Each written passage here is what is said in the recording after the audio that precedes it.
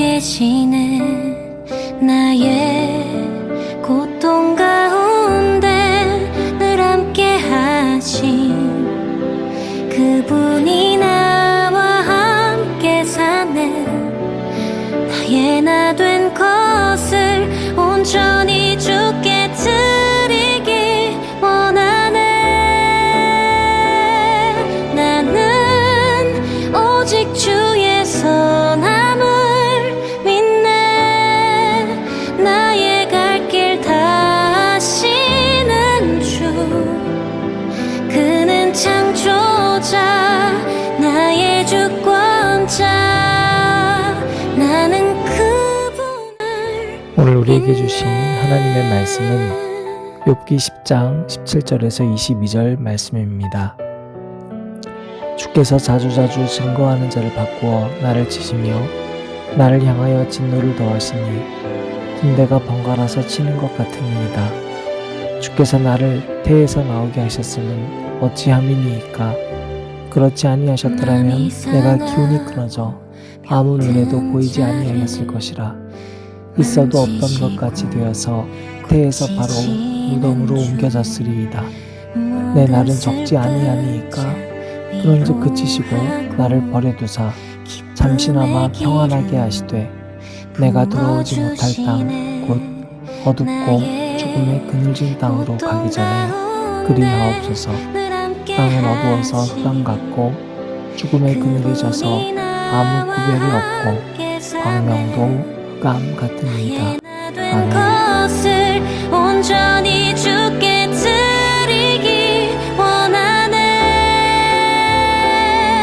나는 오직 주의 선함을 믿네. 나의 갈 길 다 아시는 주, 그는 창조자, 나의 주권자.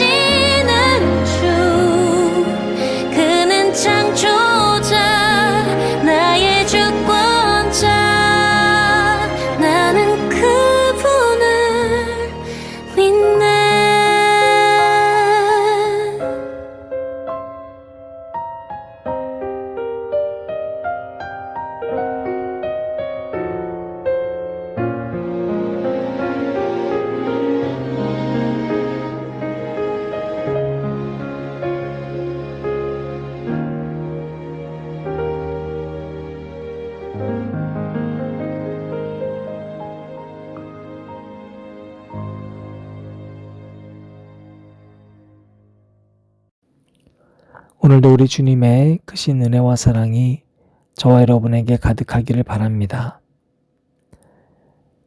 어제 우리가 나누었던 말씀처럼 고통이 다가오니까 시야가 좁아졌습니다. 또 들려오는 것도 좋은 메시지는 기억에 남지 않고 나쁜 메시지만 기억에 남았습니다. 좋은 친구들의 관계가 끊어졌습니다. 여러분, 살다 보면 고통의 시간이 오는데요. 그래서 고통은 연이어서 올 때가 참 많습니다. 왜냐하면 연결되기 때문입니다. 아프면 눈이 좁아지고, 눈이 좁아지니까 잘 들리지가 않습니다. 그러니까 안 좋은 기억만 다시 회상하게 됩니다. 미래는 보이지 않으니까 앞이 깜깜합니다. 그래서 여러분, 우리에게는 이 고통이 연달아서 오는 것 같기도 하지만, 그러나 실은 곧 우리는 언제나 고통 가운데 있었고 또 동시에 언제나 은혜 가운데 있었습니다. 그것이 우리가 어제 나누었던 말씀 가운데 있었어요. 잘 기억에 남지 않죠.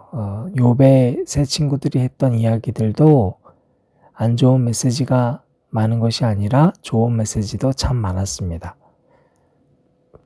자, 우리는 그럴 때 유일하게 할 수 있는 대안이 하나님을 바라보는 것입니다. 여러분, 우리가 잘 모르겠다, 진짜 잘 모르겠다 싶을 때가 있어요. 그것이 바로 고통이 올 때이죠. 이 고통이 내게 주어진 이유가 도대체 뭘까? 왜냐하면 우리는 그 어떤 사람도 고통을 선택하지 않기 때문입니다. 그러니까 매 순간 이 주어진 상황에서 우리는 이 상황이 정말 하나님이 우리에게 주시는 시험인지 연단인지 사탄의 시험인지를 알 수가 없습니다. 저도 그럴 때마다 참 헷갈려요. 그런데 지금 엘리바스와 빌닷의 잘못된 점은 뭐냐면 욥의 상황을 두고 무조건 네 욥이 잘못했다고 단정 지은 겁니다. 무조건 자기들의 경험을 비추어서 욥을 정죄하고 넌 잘못했어 말하고 있는 게 잘못된 거예요. 한마디로 판단해버린 겁니다. 여러분, 우리는 판단자의 위치에 있지 않다고 했습니다. 자, 여러분, 만약에 그러나 우리가 잘 모르겠다 싶을 때, 이게 하나님의 시험인지 사탄의 시험인지 잘 모르겠을 때 우리가 둘 중 하나는 선택을 해야 되잖아요. 그러니까 당연히 하나님 앞으로 가는 걸 선택해야 됩니다. 욥기 1장 12절입니다. 여호와께서 사탄에게 이르시되 내가 그의 소유물을 다 내 손에 맡기노라. 다만 그의 몸에는 내 손을 대지 말지니라. 사탄이 곧 여호와 앞에서 물러가니라.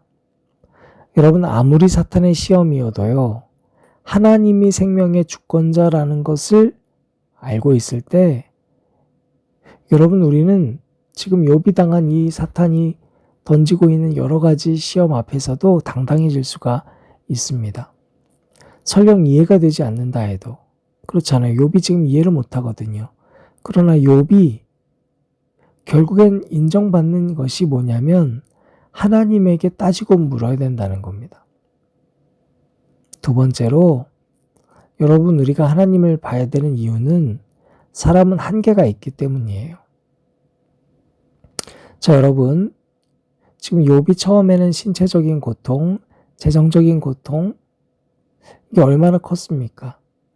그런데 욥기의 고통은 그와 같은 고통은 욥기 2장까지 다 끝난다고요. 나머지는요, 다 관계예요, 관계. 그것도 친했던 사람들과의 관계. 서로가 서로를 판단하는 것. 서로가 서로를 이해하지 못하는 것. 그러면서 그 관계가 허물어지면서 욥이 정말 힘들어지는 거예요.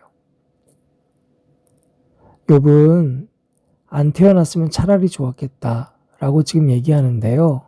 실제로 욥이 신체적인 고통, 재정적인 고통을 당했을 때 심지어 자녀들이 다 죽었음에도 욥기 1장 21절에서 22절에는 나는 모태에서 알몸으로 나왔다. 그러니까 알몸이 그리로 돌아가는 거다. 오히려 여호와 이름이 찬송을 받으십시오라고 원망하지 않았어요. 그런데 지금 친구들하고 싸움이 나니까요. 지금 욥이 난 차라리 안 태어났으면 좋겠다라고까지도 고백을 하는 거예요. 여러분, 욥이 처음에 친구들이 7일 동안 침묵했을 때 그 이후에 엘리바스와 이야기를 시작하고 점점 서로의 논박이 짙어지니까 그 관계들이 허물어지기 시작했어요. 의지하는 존재인 줄 알았는데 의지가 안 되는 거예요. 여러분, 7일 동안이나 침묵으로 함께했던 친구들 참 좋은 친구들입니다. 이런 친구가 어디 있어요? 그런데 여러분 기억하셔야 됩니다. 아무리 잘 들어주는 친구들도 7일 정도 들어주면 그 뒤부터는 못 견디는 겁니다. 그래서 우리가 사람 앞에 내 고통의 문제를 들고 가는 것은 어리석은 거예요. 한계가 있어요. 오히려 그 좋은 관계마저 깨어지게 만드는 겁니다. 여러분, 결국에 우리는 내 고통을 누군가가 들어주길 바라는 거잖아요. 그런데 여러분 잘 아시죠? 듣는 것이 가장 큰 고통이거든요. 욥기는 욥의 고통을 이야기하고 있어요. 육체적인 고통으로, 상황의 고통으로, 재정의 고통이지만 결국엔 관계의 고통으로 이어지고 있습니다. 그리고 그것이 가장 힘들다는 것을 우리는 욥기 전체를 통해서 알게 됩니다. 그러므로 여러분, 오늘 결론입니다. 하나님만이 안전지대라는 것을 기억하셔야 됩니다. 사람은 내가 의지하면 그가 허물어지게 돼 있어요. 여러분, 그런데 하나님은 안전지대세요. 우리가 어떤 얘기를 해도 안전하세요. 어떤 고통의 문제를 들고 가도 수용해 주시는 분이세요. 어떻게 내가 하나님께 따지더라도 그분은 그걸 가지고 허물어지지도 않으시고 판단하지도 않으십니다. 사랑하는 앉은 자리 새벽 기도를 들으시는 여러분, 고통 가운데 계십니까? 우리가 나가야 할 곳이 있습니다. 잘못 내가 이 고통을 토로했다가 더 극심한 고통에 휩싸이지 않기 위해서 안전한 곳으로 나아가시기 바랍니다. 그것이 하나님 아닙니다. 하나님께로 가야 합니다. 그것은 안전합니다. 판단받지 않습니다. 비밀이 누설되지도 않습니다. 그리고 고통의 원인도 발견하게 되는 그곳으로 저와 여러분이 함께 나아가시기를 바랍니다. 기도하시겠습니다. 하나님, 참 어렵습니다. 고통이 연달아서 오는 것 같습니다. 그러나 하나님, 우리 시야가 좁아졌기 때문입니다. 아니, 내가 다른 것에 의지하고 있었기 때문입니다. 하나님께로 나아가길 원합니다.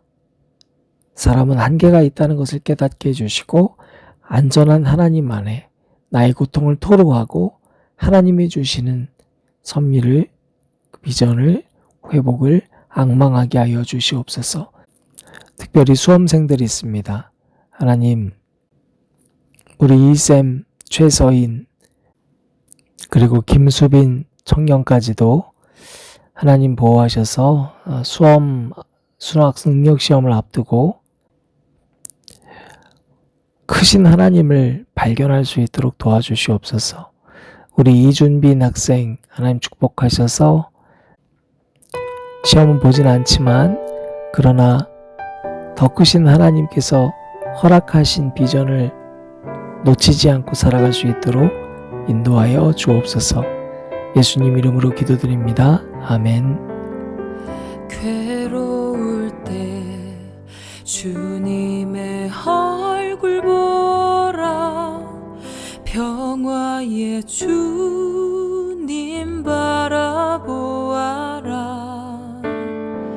세상에서 시달린 친구들아, 위로의 주님 바라보아라. 눈을 들어 주를 보라. 내 모든 염려 주께 맡겨라. 슬플 때에 주님의 얼굴 보라.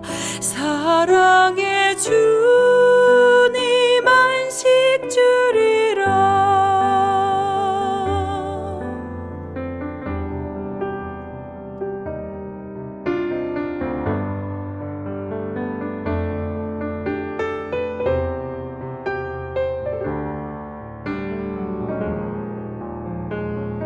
힘이 없고 내 마음 연약할 때 능력의 주님 바라보아라.